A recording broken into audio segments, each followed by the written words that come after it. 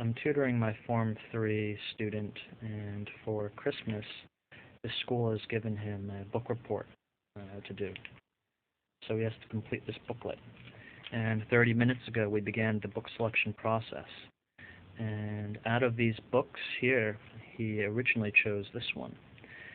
And he chose it not because he was actually interested in reading it, but he chose it because this abridged Oliver Twist was perhaps the easiest book to read, the quickest to go through, and thus he could then quickly finish his homework and be done with it. So, again, he selected this book not because he was interested in reading it, but he considered it a means to an end, the end being the end of his homework. And that's unfortunate because I have a feeling that, the people who created this assignment are doing this to, get students to actually enjoy reading, to force them to read in the hope that they'll actually enjoy reading more. They'll actually get pleasure from it. But in fact, it's having the opposite effect, where they're just choosing books and reading like it's work, and then doing the actual work, and then, ceasing to read evermore. My student actually was interested in reading this book, which is actually a comic book, but it was written by Chris Claremont, and I'm sure the level of this book far surpasses this Black Cat reader's level. I'm sure this is actually much more difficult to read than this, or this, or this, all three of them.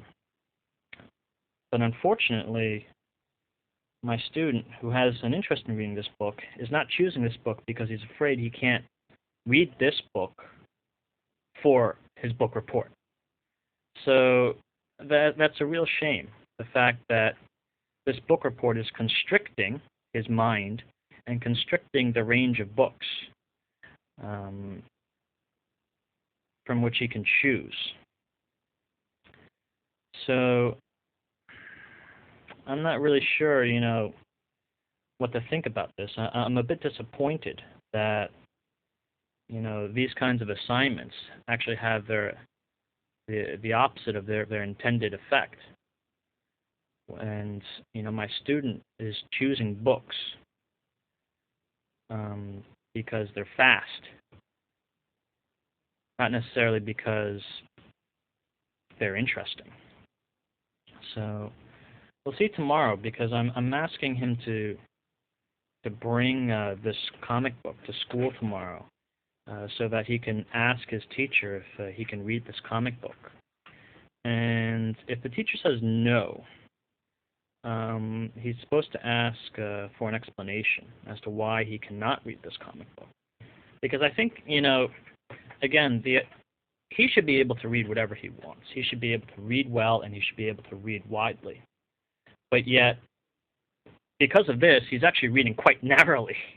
I mean, he really is constricting himself, and he's not really facilitating an enjoyment, the pleasure of reading, and that's a real shame.